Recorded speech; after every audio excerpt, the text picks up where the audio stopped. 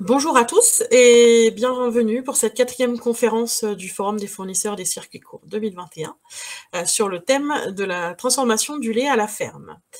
Quelques petits rappels pour démarrer cette conférence, comme à chaque fois. Pouf, si ça veut bien passer, voilà. Cette conférence va se dérouler en 30 minutes, une vingtaine de minutes de présentation sur notre sujet, et puis une dizaine de minutes de questions-réponses. Pendant la première partie, n'hésitez pas à poser vos questions dans le chat.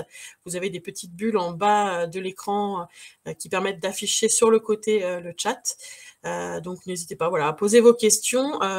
Sarah, qui est avec moi, modérera et nous rassemblera les questions à la fin sur les 10 dernières minutes pour que nos intervenants puissent y répondre. Voilà ce que je pouvais vous dire sur le déroulement. Donc sont avec nous sur cette conférence Monsieur Rochard de la société Cosinox, Monsieur Rousselot de Dalkia Froid Solutions et Monsieur Gogol de la ferme de la Ken. Eh bien, je vais laisser du coup la parole à Monsieur Rochard, parce qu'on vous a prévu 3 temps. Un temps sur la mise en place d'un atelier de transformation en yaourt, un deuxième temps sur un labo de transformation de fromage, et puis la dernière intervention est plutôt un témoignage de Monsieur Gogol avec la présentation de son outil à la ferme. Monsieur Rochard, je vous cède la parole. Bonjour. Donc voilà, dans un premier temps, je vais présenter l'entreprise. Donc Cosinox, qui est une entreprise qui date de 1980, qui en 2000 s'est spécialisée dans la transformation du lait à la ferme, avec notamment le concept de mini-laiterie. Donc on voit sur l'image, là on voit la petite équipe avec un pasteurisateur échangeur à plaques. Donc ça, c'était les premières machines qui étaient fabriquées. Et après, il y a eu d'autres machines, notamment on fabrique des barattes, on fabrique des mouleuses, voilà. Et on propose aussi en négoce des équipements complets pour la transformation dans les labos fermiers. Donc, pour décrire un petit peu le processus au slide suivant, le cycle du projet. Donc, le projet, il démarre. Des fois, on nous appelle comme ça au tout début. On se pose la question si je valorisais mon lait plutôt que de simplement le faire ramasser par la laiterie. Donc, voilà, je décris un petit peu les expériences que j'ai pu voir, moi, avec nos différents clients. Donc, dans un premier temps, il y a une phase de formation ou information. Donc, ça peut se faire dans les... Donc, la plus longue formation que j'ai vue, dans les ENI, l'École nationale d'industrie laitière. Sinon, il y a beaucoup de formations dans les lycées agricoles ou alors des conseillers qui vous accompagnent du début de votre projet jusqu'à la mise en place des recettes et au début de la fabrication. Dans la formation, après, il y a tout ce qui est visite. C'est important d'aller visiter d'autres fermes. Pouvoir faire des stages, ça, c'est vraiment une chance. Et après, il y a les forums comme aujourd'hui ou les salons comme le SPACE, les sommets de l'élevage. Donc, après cette phase-là, en dessous, il y a la progression un petit peu dans le temps. Là, on part à 0 au moment de l'idée. On voit, une fois que cette phase est passée, on va être entre 3 et 12 mois. Voilà, donc à partir de là, vous avez pu définir votre projet, quel produit vous voulez fabriquer, les quantités que vous voulez transformer et l'organisation d'une semaine type. Ça, c'est important pour pouvoir définir en fait votre cahier des charges, parce qu'en fonction de la quantité qu'on va fabriquer chaque jour va dépendre les équipements à mettre en face. Donc, une fois que votre projet il est défini, vous pouvez faire les devis, que ce soit plutôt bâtiment et équipement, matériel. Et derrière, il y a la phase de financement. Donc après, il y a souvent des subventions, mais pas toujours. Prêts bancaires la plupart du temps. Et j'ai vu aussi des projets qui étaient faits en autofinancement. Et donc, en gros, voilà, vous avez un dossier complet. Là, on est entre 5 mois et 20 mois. Donc, slide suivant, on voit donc on part du cycle à partir du moment où le devis, les devis sont acceptés, validés. Donc, il y a une phase il peut y avoir une phase de conception, c'est pour ça qu'on voit que c'est entre 0 et 3 mois, suivant si c'est vraiment des choses qui sont standards sur catalogue ou pas. Se pose la question de faire appel à une maîtrise d'œuvre et donc à la conception du laboratoire, donc les plans et les équipements. J'ai noté ergonomie, pourquoi? Parce que on intègre, nous, très tôt, justement, dans la réflexion et dans la conception, l'ergonomie pour faciliter la vie des gens, quoi, pas pour limiter la pénibilité, notamment. Ensuite, il y a la phase de réalisation, donc c'est tout ce qui va être fabriqué en atelier. Le chantier, pour monter le labo, ça c'est forcément c'est un chantier. Nous, on a plus ou moins le chantier. Simplement, ça peut être un simple raccordement ou on peut avoir aussi des fois des lactoducs, des choses comme ça. Mise en service et formation, donc ça se fait ça se fait à la suite. Après, un chantier, nous, ça dure en gros entre 3 jours et 2 semaines. Je parle pour la partie équipement. Et donc là, en fait, sur la partie donc fabrication, réalisation, suivant, c'est toujours pareil, suivant le type d'équipement, on arrive entre 2 mois et au total, avec la phase de conception en amont, 11 mois. Et derrière, en fait, il ne reste plus, une fois que le labo est en service, il ne reste plus que l'agrément sanitaire pour pouvoir commercialiser les produits. Donc, ça fait, c'est vraiment à titre indicatif, mais on a des durées totales de 8 à 33 mois, voilà, dans ce qu'on a un petit peu collecté comme information. Donc, ça veut dire qu'effectivement, quand on se dit j'ai envie de transformer, vous ne le ferez pas le mois prochain, quoi, ça c'est sûr. Donc, slide suivant. Voilà, j'ai voulu faire remonter là 5 points clés pour vraiment réussir le projet. Donc, faire une étude du marché local. Pourquoi? Parce qu'il faut trop souvent, on vient me voir en disant je veux faire tel produit, sauf qu'autour de chez vous, il y en a déjà 3 qui font ça. Et donc, c'est sûr que ça va être compliqué pour que ça fonctionne, alors qu'il peut y avoir des produits qui sont absents sur le marché local et donc qui sont vraiment des opportunités à saisir pour valoriser le lait. Ensuite, c'est très important de faire une formation et de se faire accompagner parce que c'est un métier. Enfin, la transformation, c'est un métier.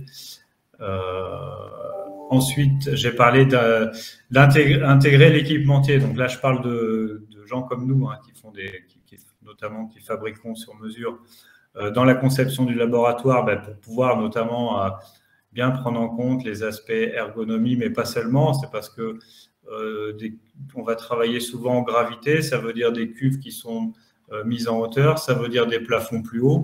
Et voilà, il y a eu trop souvent aussi des projets où on a fait appel à nous après et on s'est retrouvé avec des plafonds à 2,50 m. Quand on met une plateforme à 1 m, ça veut dire qu'on a 1,50 m quand on est debout sur la plateforme. Donc, c'est pas très pratique. Délégation de la maîtrise d'œuvre. Alors, ça va être vrai pour les projets assez conséquents, mais il y a beaucoup de métiers différents, très spécialistes à coordonner et ça prend du temps et c'est assez complexe. Et voilà, c'est pareil quand il y a eu... j'ai vu donc des gros projets où il n'y avait pas de maîtrise d'œuvre et il y a eu beaucoup de temps perdu et voilà. Et au final, le temps c'est aussi de l'argent. Donc c'est un investissement qui en vaut la peine, quoi. Et dernier point aussi, ce que j'ai noté, c'est qu'il faut vraiment se projeter. C'est au niveau des volumes, ça, vraiment se projeter à 3 ans. Parce que c'est pareil, on a vu des projets qui étaient dimensionnés trop petits et au bout d'1 an et demi, 2 ans, on ne peut plus pousser les murs. Quand on est en train de fabriquer tous les jours, de toute façon, on n'a pas le temps de faire des nouveaux travaux. Donc voilà, il faut arriver à dimensionner comme ça, en se projetant sur un volume prévisionnel à 3 ans. Et je crois que j'ai terminé. Non, j'ai les exemples, pardon. Exemple de projet. Projet en Alsace. Donc, c'est une vache bio, vache laitière bio. Ils transforment du yaourt, de la crème, du beurre. Donc, c'est un petit labo, 30 000 litres par an. Ça représente à peu près 10% de la production de la ferme. Projet autofinancé, en autoconstruction. Même l'électricité, hein, c'est un électricien, hein, c'est un des associés là, qui est électricien. Ça s'est fait en 16 mois, ce qui est plutôt court. Coût du matériel, à peu près 60 000 euros et un coût total 75 000 euros. Ça, c'est sans compter les heures passées par les associés. Un autre exemple, donc un projet en Bretagne qui fait donc des yaourts, fromage pâte pressée, du beurre. Donc, transformation 80 000 litres par an, donc c'est 100% de la production. C'est un projet, lui, qui a mis 3 ans à se mettre en place. Hein. La personne, déjà, a fait 1 an de formation. Donc, coût du matériel, on est à 40 000 euros environ. On voit, hein, il y a une vieille écrémeuse, il y a une partie de matériel d'occasion dedans. Il y a une vieille écrémeuse là qu'on avait un peu reconditionnée. Coût total, 75 000 euros. Il y avait une partie aussi d'autoconstruction, notamment sur les panneaux. Après, l'électricien, électricien plombier, c'était extérieur, mais il y avait une bonne partie d'autoconstruction. Et le dernier exemple, donc là, on est sur des vaches laitières bio encore, c'est dans la Manche, là. Yaourt, fromage blanc, crème, beurre. En transfo, on est à un volume de 500 000 litres par an. Donc là, on voit vraiment, on est sur de la mini-laiterie avec le pasteurisateur échangeur à plaque, les crémeuses autodébordantes. Ça s'est réalisé quand même très rapidement en 18 mois. Coût du matériel, 150 000 euros environ et coût total, 180 000. Voilà, comme ça, vous voyez un petit peu les différentes tailles de laboratoire, un petit peu. Alors à chaque fois, c'est vrai que c'est beaucoup. C'est que des bio là pour le coup. Après, on a des clients aussi qui sont en chèvre, un peu en brebis. Voilà. C'était intéressant effectivement de voir ces 3 cas très différents avec la totale autoconstruction sur un tout petit labo, avec aussi des volumes, hein, de transformation différents, qui montrent aussi les circuits de distribution différents. Donc, c'est intéressant de voir ces exemples-là. Merci beaucoup. Je vais maintenant passer du coup la parole à Monsieur Rousselot pour la partie fromage, voilà, les spécificités de l'installation d'un labo en fromage. Oui, bonjour à tous. Donc, je suis Charles-Even Rousselot. Je suis commercial pour la maison d'Alkia Froid Solutions, présente partout en France, mais essentiellement et anciennement très présente en Normandie et très bientôt à Argentan pour le secteur de l'Orne. Donc, nous sommes frigoristes. Nous faisons de la maîtrise de température, de la phase de la conception jusqu'à la maintenance, dans plein de domaines, hein, que ce soit domaine de la fabrication de yaourts, boucherie, vente directe, transformation cidricole, conservation de fruits, et ainsi de suite. Et donc, que ce soit du froid à toute température ou de la climatisation, donc c'est à partir de 18 degrés. On parle de climatisation, déshumidification et de ventilation pour certains ateliers selon les différents process qui sont utilisés. Pour ce qui nous concerne aujourd'hui, la transformation du lait, on parle donc de froid. Avant de se lancer, bien entendu, il y a toute une étude faite par vos soins de la transformation, quelle quantité, ainsi de suite, et surtout l'emplacement au sein de votre exploitation. Vous ne pouvez pas concevoir un atelier de transformation trop loin de la laiterie parce qu'il va falloir transporter le lait sinon, et donc ça demande des manipulations un peu complexes et puis qui vous imposera bien entendu du coût du lavage.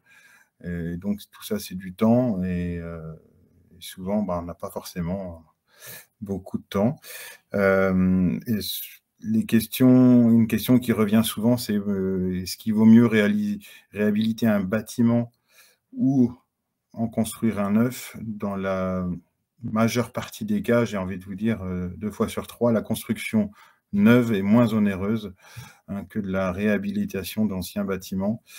Tout simplement, c'est que pour monter un laboratoire, déjà en temps de main-d'œuvre, on a bien vu, comme le disait monsieur Rochard tout à l'heure, ça demande plus d'1 an de travail, et quand c'est la réhabilitation, c'est encore plus long. Quand on fait du neuf, on a besoin d'une dalle béton, 6 poteaux, un panneau frigorifique fera les parois extérieures, quoi. Donc, c'est vrai que alors ça demande un permis de construire, mais c'est aussi de la sérénité, quoi. Dans tout ce que je vois, voilà. Alors, pour dimensionner la taille d'une fromagerie, c'est une question qui revient souvent. Donc, c'est selon, bien entendu, la taille de votre cheptel, mais la quantité que vous souhaitez transformer. Alors, la quantité souhaitée au départ n'est sans doute jamais la même au bout d'1 an, 2 ans ou 3 ans d'activité, parce que vous vous développez, vous vous faites connaître. Et puis, les collectivités locales aux alentours, souvent, sont de plus en plus demandeuses. Donc, dès que vous captez un collège qui vous demande de l'approvisionner 1 fois la semaine, ça vous augmente tout de suite en capacité. Donc, ne pas jamais voir son laboratoire trop petit, parce que on peut produire moins dans un petit labo, mais on ne peut pas produire plus dans un petit labo. Il faut bien intégrer ça. Il ne faut pas aller dans la démesure, mais vraiment, votre formation en amont est très importante pour dimensionner vraiment l'outil de travail. Et bien entendu, donc moi, je vous aide à la marche en avant du produit, parce qu'elle vous sera de toute manière demandée afin d'obtenir le droit de commercialiser, de transformer votre produit. Voilà, donc moi, je suis là pour vous accompagner dans le sens de la transformation, dans la maîtrise de la température et de l'hygrométrie des fromages, parce que pour les pâtes pressées ou les pâtes molles, l'hygrométrie n'est pas la même, le temps non plus de stockage n'est pas le même, et donc ce sont un peu des produits, comme on appelle, vivants. Donc il faut aussi bien sélectionner le matériel qui va en face, parce que le lait attaque beaucoup de métaux, et donc il faut bien choisir les équipements qui seront à même dans les caves qui seront attaqués. Donc voilà, donc sur le slide suivant, vous avez donc l'exemple d'un croquis que j'ai fait sur une fromagerie, voilà, avant projet, et puis une photo de ce que ça devient par la suite. Donc moi, je m'occupe. Donc déjà, la première chose à faire, c'est rencontrer, que je puisse voir, qu'on échange, quoi. La relation humaine n'est pas à exclure, loin de là. C'est votre projet, mais on est là vraiment en support pour vous accompagner et pas laisser à l'abandon quelques incertitudes. Voilà, toute réponse et toute question a besoin de réponse avant de se lancer, parce que quand on se lance, on investit du temps et de l'argent, et il faut que ça soit rentable, quoi. Donc, il y a une écoute qui est importante. Après, il y a l'accompagnement de comment vous voulez le faire pour respecter la marche en avant. Je vous conseille sur les choix du matériel pour contrer donc la corrosion de la fermentation. Je m'occupe du chiffrage de la partie isolation frigorifique. Soit je vous mets en relation avec un isoleur, soit vous souhaitez que je m'occupe du lot froid dans sa totalité, et donc là, je peux vous faire la fourniture et la pose de l'isolant frigo. Et puis, bien entendu, mon métier, c'est l'installation du des équipements frigorifiques, et là, le dimensionnement, et ainsi de suite, et jusqu'à la maintenance du froid par la suite, après l'installation, mise en service, et voilà. Donc, je pense qu'on aura un moment d'échange par la suite. Mais voilà, là, ça soit du lait, du yaourt, du fromage frais, voilà, je suis à votre écoute. Oui, pour préciser aussi peut-être un peu une différence avec l'atelier yaourt, en fonction des fromages qui sont faits, vous allez me le confirmer, hein, mais ça demande parfois plus de sal, puisque il y a notamment la cave d'affinage pour les fromages à longue conservation, les caves aussi pour les fromages frais.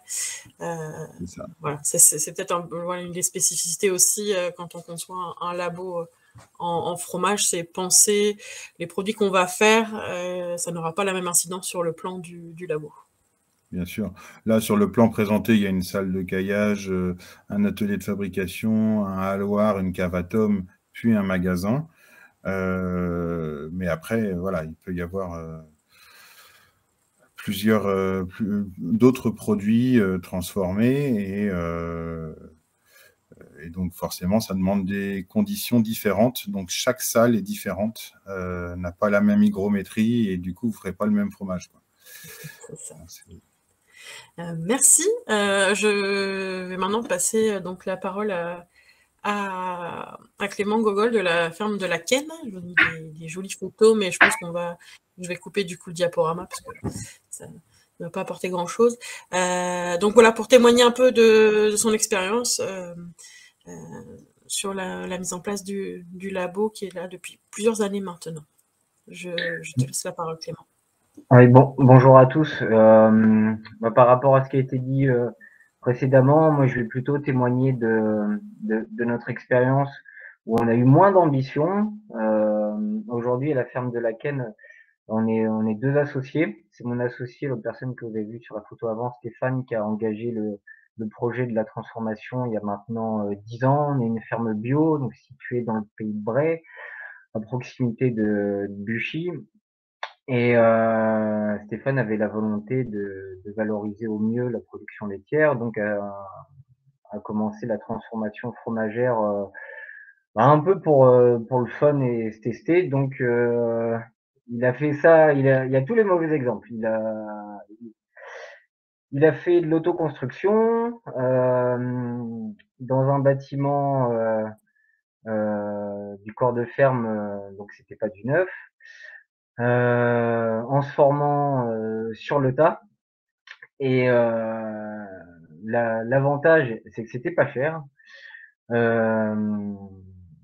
L'idée de départ était de gérer à la fois l'activité de production laitière et de transfo, donc sélectionner un produit qui permettait cette souplesse, et donc le choix de la tome, donc une pâte pressée, a été retenu. Ce qui a fonctionné, car il y a eu de la diversification par rapport à ce qui était proposé dans le secteur. Il a fait le choix de l'agrément sanitaire, par contre, assez rapidement pour pouvoir développer la partie commerciale.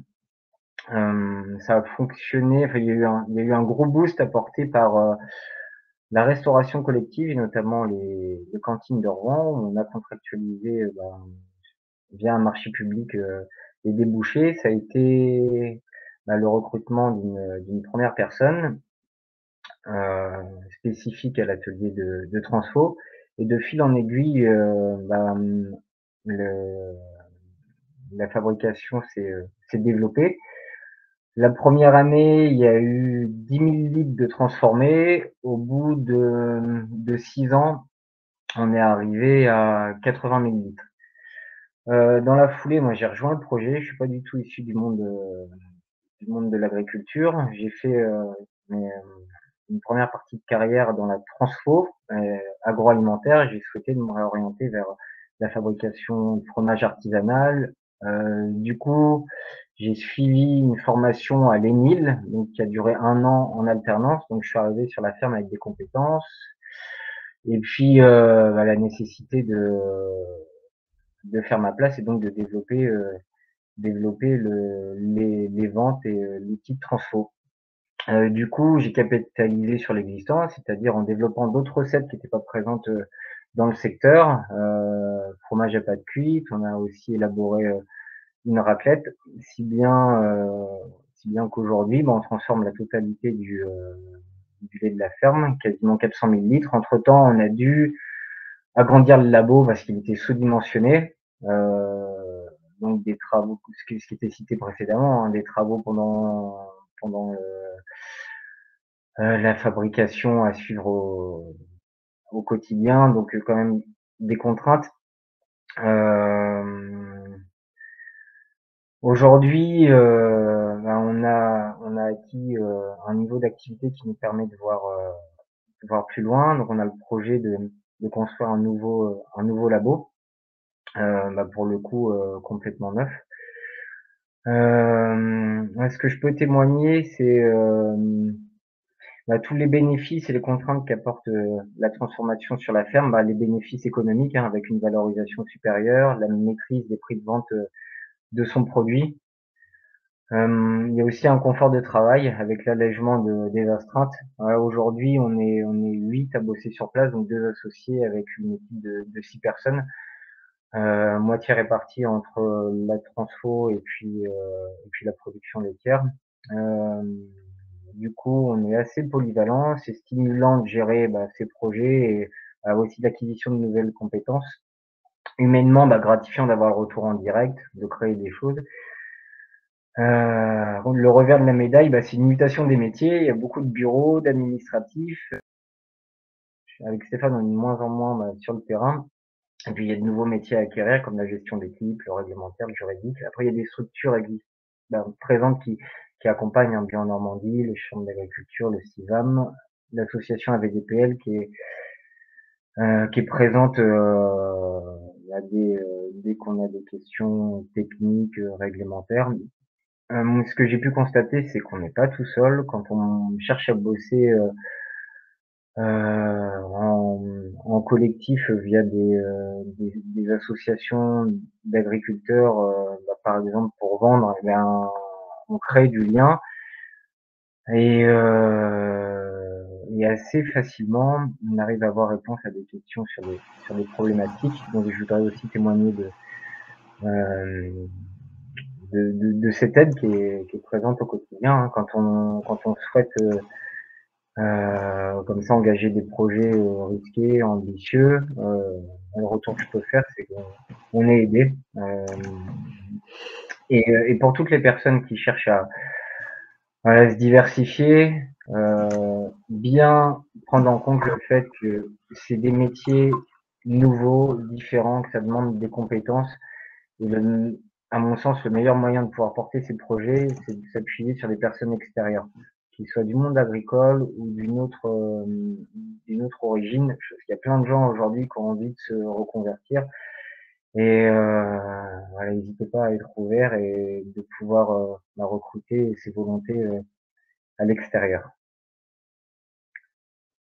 Super. Merci beaucoup pour ce témoignage. On a pris un peu plus de temps, mais je trouvais que c'était intéressant de laisser la parole à tout le monde jusqu'au bout. Vous inquiétez pas, le live ne va pas se fermer parce qu'on arrive au bout des 30 minutes, il n'y a pas de souci. On va passer du coup aux quelques questions qu'on a pu voir. Sarah, je vais te redonner la main. Oui, tout à fait. Donc, on a quelques questions à poser aux intervenants. Donc, dans un premier temps, c'est vrai que vous avez évoqué la nécessité de se projeter sur sa production actuelle et surtout sa future production à 3 ans. Quels sont les critères que vous pouvez conseiller pour réaliser cette projection? Comment on fait concrètement? Qui veut répondre à cette question? Je crois que c'était M. Rochard, je crois, qui avait évoqué la question de la projection. Ouais. Non, du coup, on a dit la même chose, en fait. Mais alors après, comment faire pour se projeter?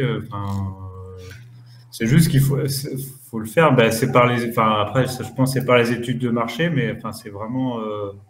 Et aussi, faut Yes, enfin, c'est toute la dimension aussi du projet de se dire il y a un volume à transformer, ça peut, parce qu'au bout d'un certain volume, il va falloir embaucher une personne. Enfin voilà, donc c'est un petit peu toute cette dimension-là, quoi. Après, de dire oui, enfin,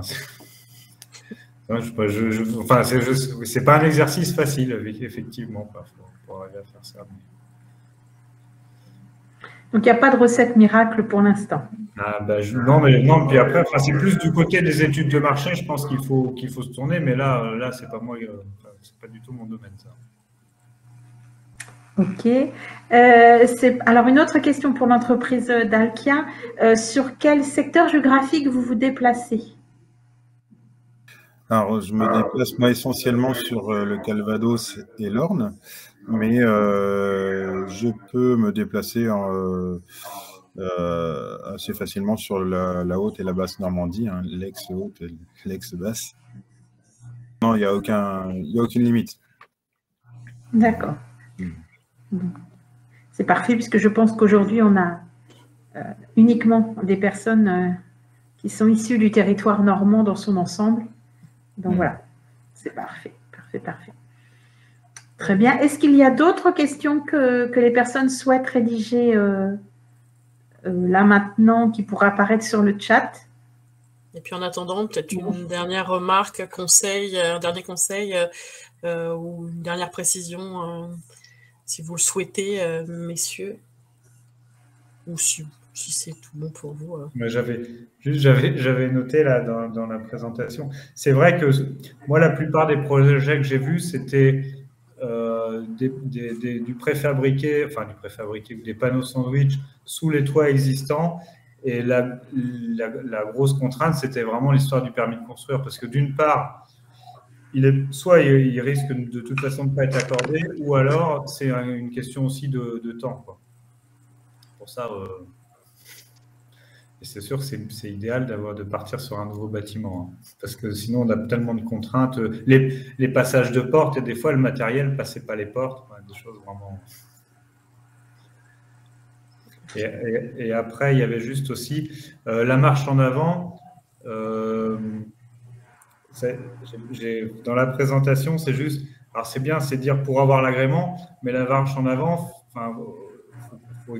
c'est pour que le produit ne soit pas pollué, en fait, quoi. C'est une question sanitaire, c'est pas pour avoir juste l'agrément. C'est vrai on a parlé beaucoup de la conception, on n'a pas parlé effectivement des normes sanitaires qui sont inhérentes dès qu'on transforme un produit laitier. Il y a des normes sanitaires à respecter. Je ne sais plus si lors du dernier forum, il y avait ces questions-là, où on l'évoquera sur un prochain. Mais évidemment, il y a toutes ces contraintes-là qui font que les plans doivent être forcément étudiés en fonction. Voilà, quelques autres questions. Voilà, c'est ça. Donc pour Clément, si c'était à refaire, referiez-vous différemment ou identique? Différemment parce que aujourd'hui, on peut constater qu'il y a une demande forte sur les produits de qualité, locaux, encore plus en bio.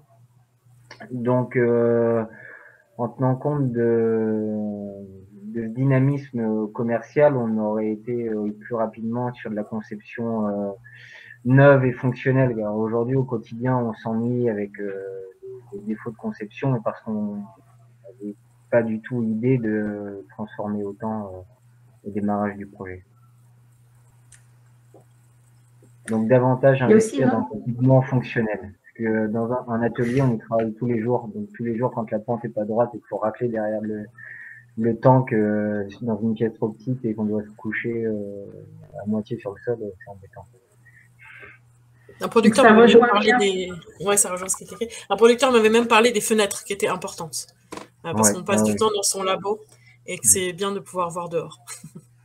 Et donc, il y a une personne qui confirme tout ce que vous venez de dire, en disant que effectivement, pour lui, la moitié des laboratoires ont des portes trop petites et ça cause pas mal de problématiques au quotidien. Et il y a une question générale, donc peut-être pour vous, peut-être Clément, qui êtes dans la commercialisation directement en circuit court, concernant la concurrence qu'il peut y avoir. Autrement dit, est-ce qu'il y a encore de la place pour des ateliers sur les produits laitiers en produits fermiers.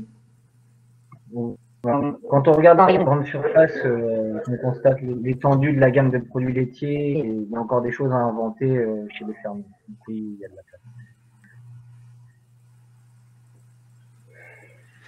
Okay. Parfait. Merci à tout le monde. Je ne vois plus de questions, donc Stéphanie. Oui, je reprends la main définitivement. Je vous mets dans le chat, parce qu'il y a eu ces informations-là qui étaient passées sur une autre conférence ce matin sur la transfo. Les éléments, parce que la région, bien sûr, a un dispositif d'aide pour la mise en place des labos à la ferme. Donc voilà, vous avez le lien et puis le contact à la région pour avoir des informations sur cette aide et ce qu'elle regroupe. Voilà, effectivement, on en est sur donc notre fin de conférence. Je vous partage maintenant la dernière diapo. N'hésitez pas à prendre des rendez-vous avec les différents professionnels qui sont présents et à cette conférence, mais aussi sur le forum. Vous pouvez cliquer sur leurs icônes et puis leur demander des rendez-vous. Ils sont ouverts jusqu'à 17h, si je ne me trompe pas. Et donc, la prochaine conférence commencera à 15h30 et c'est sur la réalisation d'une étiquette conforme et communicante. Merci à tous.